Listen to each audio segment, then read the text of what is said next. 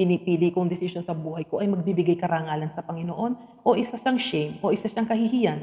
Kapag yan ay kahihiyan at hindi nagbibigay ng karangalan sa Panginoon, ay hindi God's will yan. Kaya ngayon pa lang, if you hear God's word, desisyonin mo na, magdesisyon ka na to follow God's will. Huwag mo nang ipagpabukas pa. Do not schedule to change. Today is the right time to change and to surrender everything to follow God's will. Huwag mo sabihing bukas na, saka na ako magbabago. Pinaplano ko na nga eh. Napakabuti po ng Diyos at tayo po ngayon ay nasa ika-9 na episode na po ng Saturdays with Jesus dito po sa channel na Seed of Faith. Tayo po ngayon ay nasa buwan na po ng December at alam ko lahat tayo ay masaya kapag dumarating na po yung December dahil ang pinaka-aasam po natin ay ang Christmas season at napaka-special po nito dahil ang December ay aking birthday month.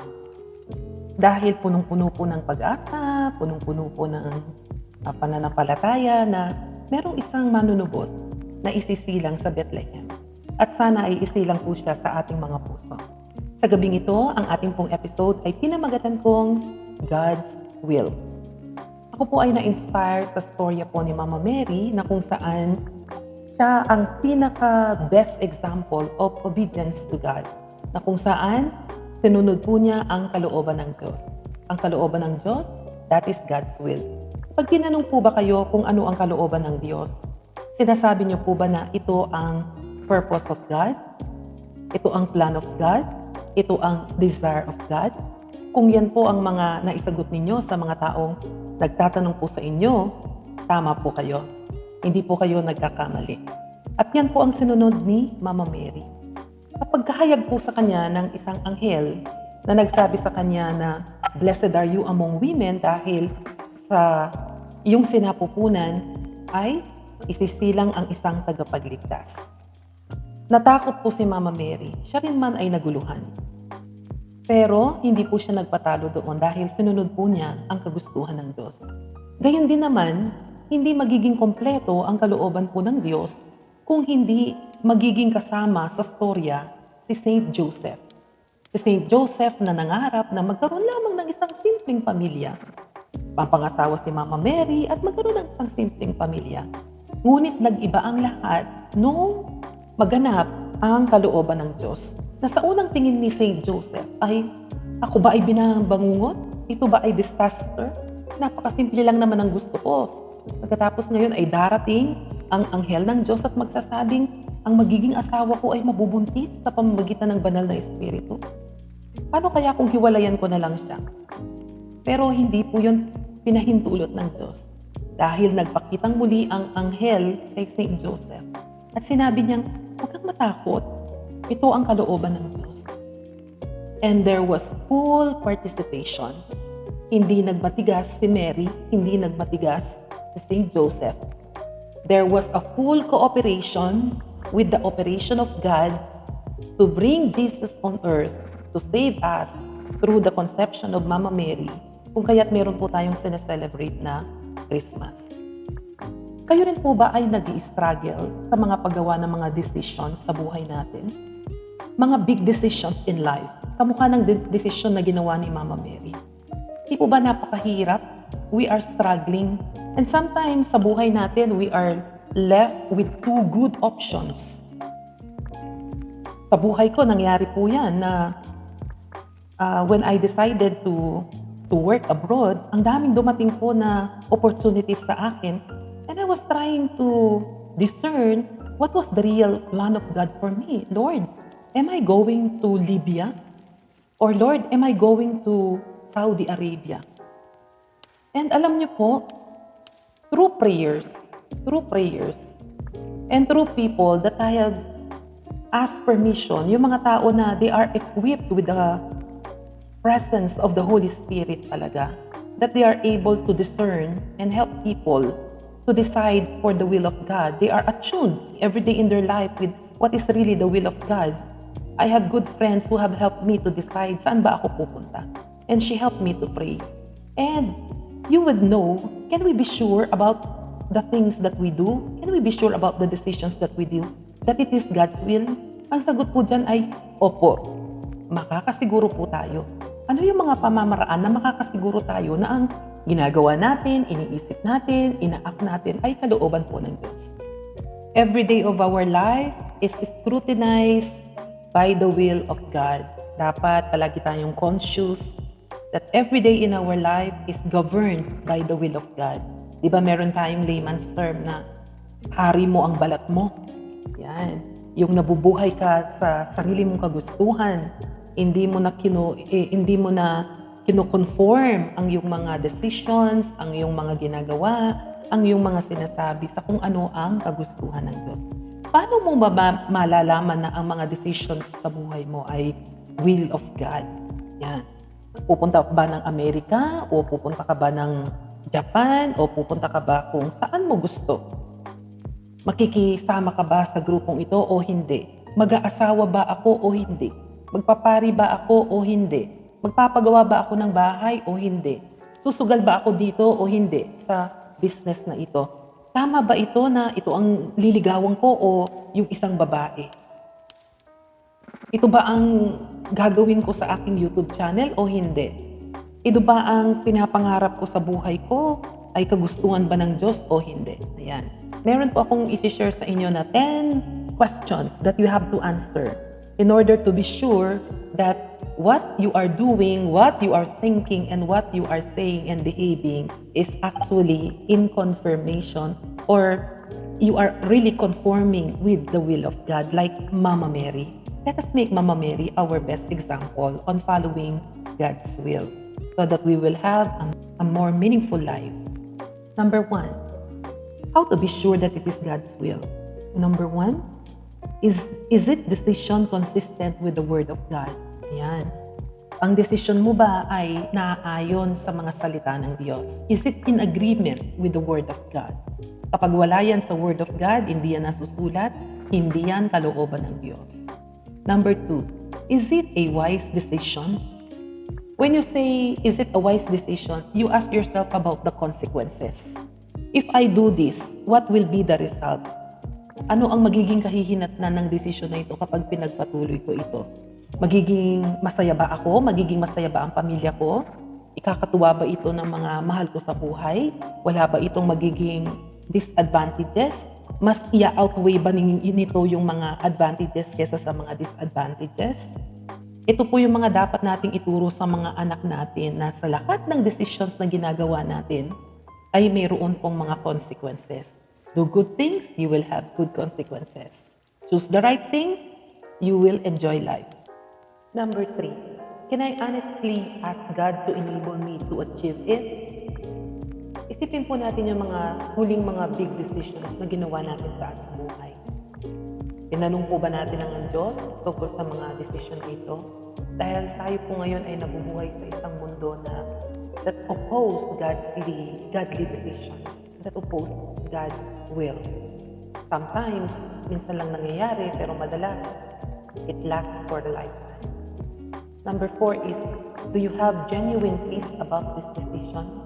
Kapag tayo po ay lumalakad sa kalooban ng Panginoon, meron po tayong quietness of our spirit, walang iritasyon, walang mga agam-agam sa ating buhay. Are you overwhelmed with the presence of God? Kasi kapag nandyan ang Panginoon sa iyo, is going to reveal everything to you. Wala siyang itatagong sikreto sa iyo.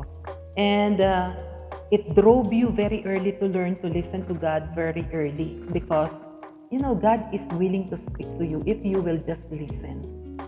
Number 5 question is this consistent with the way God works? We have to ask God first about before doing any decision. Anybody who wants to know the will of God, God will show you. Hindi po magpapakipot ang Panginoon na ipakilala niya ang kanyang sarili sa iyo kung ano ang kanyang kalooban if you keep on seeking for it. Ayan, iyahayag po niya. I shared this with my friend Sir Edgar and Chan channel. Yan. Sabi ko sa kanya when I was in high school and in my college is kapag gumagawa ako ng mga big decisions, ang ginagawa ko ay kukunin ko yung Bible and then I would pray and then I will ask God to reveal to me ano ba ang plano niya para sa akin. And sa pagdasal ko, pag-open ko ng Bible, kung ano yung book of the Bible na nandoon at yung verse na unang makikita ko, it will help me to decide kung ano ba ang dapat kong gawin. Great decisions in my life that I went through was magmamadre ba ako o ako ay mag-aasawa. And God revealed to me kung ano yung plano niya. Kaya andito po ako ngayon sa Seed of Faith Channel kasi ito ang plano ng Diyos para sa akin na binigyan po niya ng kapangyarihan. And because I discerned for it and He helped me through prayers and through people who are, attuned with the will of God, na sila ang pinagkukunan ko ng mga inspirasyon, sila ang pinagkukunan ko ng mga paggawa ng mga decisions sa buhay. And I keep on sharing this to my students that nung ako ay nagdedesisyon na kung ako ay magmamadre, I heard the voice of God and I said, I really fell in love with God. Pero nung marinig ko po ang asawa ko, ang sabi ko sa kanya ay tumibok po mula ulo hanggang ilalim. Joke lang po yan. But kidding aside, it's very important that we have to listen to the Word of God as our way para ma-confirm natin na ito bang ginagawa natin na decision ay talagang kalooban ko ba na ng Diyos o hindi. Others are very afraid to open the Bible. Bakit po ayaw nilang magbukas ng Bible? Kasi kapag nagbukas ka po ng Bible, mahahayag kung ano ka, mahahayag kung ano yung strengths mo, kung ano yung weakness mo. If you are obedient, you will know. If you are not obedient, makikita mo rin sa salita ng Diyos dahil makikita mo doon, ay, ito pala ang nakasulat dito, parang hindi ko ginagawa to. Ay, ito itong mga nakasulat dito sa Bible, ginagawa ko na ito. But if we are willing to know the will of God, we have to open the Bible. We have to know God's will. 6, does this fit who I am as a follower of Jesus Christ? When we follow Jesus Christ, it follows everything. It fits our thoughts, it fits our action, it fits our words. Meron bang sumusunod sa God's will na palamura, nagsisimba pero kung makahusga sa kapwa, wagas? O kaya ang mga pamumuhay ay tiliwas sa kalooban ng Diyos? Then we have to ask, does this fit God's overall plan for my life? Ano ba yung pinaka-overall plan of God for us? To make us inherit the kingdom of God. To make us His children. That we are wonderfully and beautifully created by God. Yan ang mag-fit sa ating pagkatao. Pag hindi ka nag-fit dyan, that is not God's will. Number 8, will this decision honor God? Ito bang gagawin ko, iniisip ko, binibehave ko, pinipili kong desisyon sa buhay ko ay magbibigay karangalan sa Panginoon? O isa siyang shame? O isa siyang kahihiyan? Kapag yan ay kahihiyan at hindi nagbibigay ng karangalan sa Panginoon, ay hindi God's will yan. Kaya ngayon pa lang, if you hear God's word, decisionin mo na, mag-decision ka na to follow God's will. Huwag mo nang ipagpabukas pa. Do not schedule to change.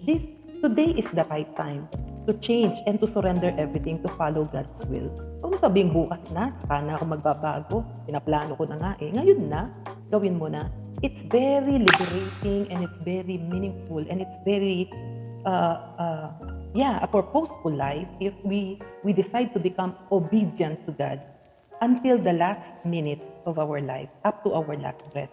Number 9, will this decision result in regret for the rest of my life? May mga tao na namatay na they never outlive na yung mga salitang sana ginawa ko to, sana hindi ko to ginawa, sana naging wise ako sa mga desisyon ko, sana pinagdasal ko ito, sana yung kalooban ng Diyos ang nasunod, sana hindi ako. Sana wag po tayong dumating sa mga pagkakataon na yon. Kaya kung may pagkakataon pa, ngayon magbago na at isurrender na ang buhay natin na wag yung tayo ang maghari sa buhay natin, kundi ang kalooban po ng Diyos ang sundin po natin. And the last question we have to ask is, can I expect God to reward me for this decision? Ako ba ay bibigyan ng gantimpala ng Panginoon dito sa ginagawa ko ito? Kapag may gantimpala ang ating Panginoon, isang buhay na walang hanggan sa desisyon na gagawin mo, isang buhay na mapayapa, isang buhay na marangal, isang buhay na masaya, that is God's will. Yung gagawin ko ba ito o hindi ko gagawin? Pupunta ba ako dito o hindi ako pupunta? Sasabihin ko ba ito o hindi? Ganito ba ang bihis ko o hindi? Ganito ba ang behavior ko o hindi? Kung nagtitiwala tayo sa Panginoon na sa Kanya tayo uuwi sa buhay na walang hanggan, ba't hindi natin ipagkatiwala sa Kanya ang detalye ng ating buhay? Araw-araw, hindi lang yung end of this life, kung hindi yung araw-araw ng ating buhay. And this is the wisest decision we could ever do. That is to make Jesus the center of our life, to make Jesus our Savior, to receive Him as our Savior, the one who was born in Bethlehem. Let's make it a habit. Let's make it a natural part of our life to discern for God's will in our life. Kasi madalas po sa buhay po natin, all along akala natin ang Diyos ang nasusunod sa buhay natin. Pero na-realize natin na madalas pala tayo ang gustong masunod sa buhay po natin. That is why from this day, let us pray to God that He bless all our plans, He bless all our intentions, He bless all our desires in life, that everything we'll do will be in accordance to His will. And when we say yes, do not be afraid. Kamukha ni Mama Mary, when she said yes, it is not a rosy, it is not a bed of roses. Mas marami pang mga struggles nung pagsabi niyang yes to the will of God. Pero huwag tayong matakot dahil ang sabi ng Panginoon, hindi niya tayo iiwan.